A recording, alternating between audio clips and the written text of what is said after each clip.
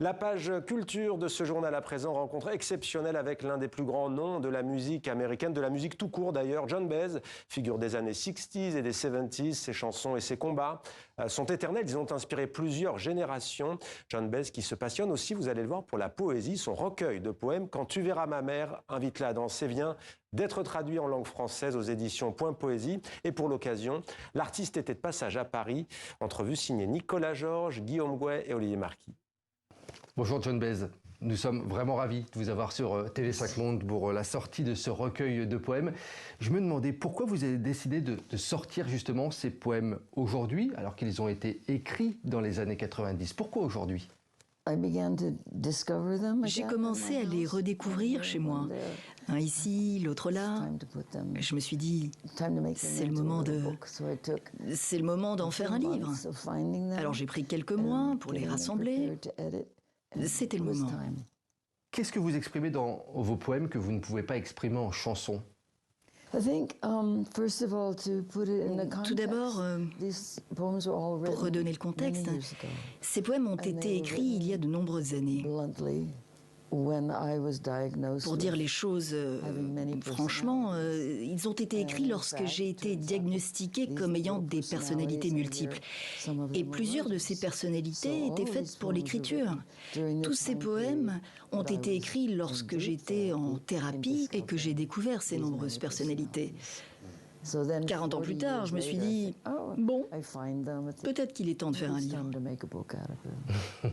Mais vous pourriez, John Baez, transformer ces poèmes en chansons ou c'est un exercice difficile ? Non, ça ne marche pas comme ça apparemment. J'ai essayé, mais mes amis musiciens m'ont dit que pour eux ça ne marchait pas non plus. Un poème et une chanson, ce sont deux choses différentes. Je préfère les choses déstructurées, vous voyez ? J'ai besoin de liberté pour écrire, et c'est ce que m'offre la poésie. Dans ce livre, il y a un poème que j'ai beaucoup aimé, John Baez. Vous avez ces très jolis mots. L'écriture est comme l'amour, on ne peut la forcer ou elle meurt en cherchant à croître. Oui. Formidable texte. Ah, merci beaucoup. Et l'autre passage dit « L'écriture, c'est comme l'amour, on ne peut pas la forcer ou elle se change en ciment dans un tube de dentifrice. » Alors vous dites que ce livre, il n'est pas politique, mais l'année dernière, vous avez sorti un poème percutant contre Donald Trump, poème qui s'appelait Little Green Worm. Pourquoi vous avez voulu vous attaquer à Donald Trump et à sa politique avec ce poème ? J'adore ce poème. Il dit que son cerveau est mangé par un petit ver et que petit à petit son cerveau est mangé et le ver cherche l'endroit où se situe en principe l'intelligence, mais il ne trouve rien. Ce petit ver est très courageux d'affronter ça. Quel regard justement vous portez sur l'Amérique d'aujourd'hui ? En ce moment, le pays est en crise. C'est catastrophique. Dans mes années d'activisme, dans les années 60 et 70, jamais nous n'aurions pu imaginer que cela puisse arriver. À ce niveau, en tout cas. Alors, il faut imaginer de nouvelles manières de penser, d'agir, et aussi de nouvelles manières de prendre des risques. Car si personne ne prend de risques, nous allons vraiment nous faire broyer par ce type Trump. Mon jardinier est mexicain. Il est terrifié à l'idée de sortir de chez lui. Alors lorsqu'il est chez moi, je dois lui apporter ma protection afin que si la police anti-immigration vient l'arrêter, eh bien, il sera protégé. Qu'est-ce qu'il reste, John Baez, des mouvements de contestation auxquels vous avez participé dans les années 60 et 70 aujourd'hui, selon vous ? D'une certaine façon, ma perception de ce que nous avons fait dans les années 60 a changé aujourd'hui aussi. Mes manières de résister aujourd'hui, c'est de peindre les portraits de ceux qui ont réussi à changer la société par la non-violence.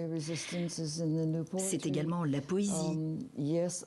Oui, j'ai participé à ces grandes marches et je suis fière de dire que 8 millions de personnes ont dit qu'elles n'aimaient pas ce type. No kings, no kings, no kings. La route reste longue, mais il est important d'être vu, de se montrer, en particulier pour le monde extérieur qui se demande mais que se passe-t-il dans ce pays? John Baez, cela fait 6 ans que vous avez fait vos adieux à la scène désormais, avec plusieurs dates en France, on s'en souvient. C'est terminé, on ne verra plus John Baez sur scène, en tournée? En tournée, non. Peut-être en scène quelque part, mais c'est le tourist. Les tournées, c'est ce qui est le plus difficile. Je n'ai plus envie d'être trimballée, de me cogner partout dans les bus de tournée. J'aime ça pourtant. J'aime les gens avec qui je travaille. Mais bon, j'ai fait ça pendant 60 ans. Il est temps de faire autre chose désormais. Écrire de la poésie, peindre. Vous avez un rapport, on le sait, particulier à la France, mais aussi à la langue française. Vous avez d'ailleurs souvent interprété des chansons françaises lors de vos concerts. Qu'est-ce que cette langue a de particulier, selon vous? Quand vous tombez amoureux d'un pays, vous tombez amoureux d'un pays. Et c'est à cause des gens qui y sont. Alors la France est rapidement devenue mon second pays très tôt dans ma vie. Je parlais déjà français vraiment bien parce que je me suis immergée. Et puis mes vrais amis sont encore ici et je suis de retour pour dire bonjour. Pour terminer, John Baez, je suis obligé de vous demander quel est votre mot ou votre expression préférée en français, en langue française? C'est « je m'en fous ». Ah, vous allez devoir l'enlever? Je m'en fiche. Mais ça n'a pas la même force. Merci beaucoup, John Baez. Thank you. Merci. Merci.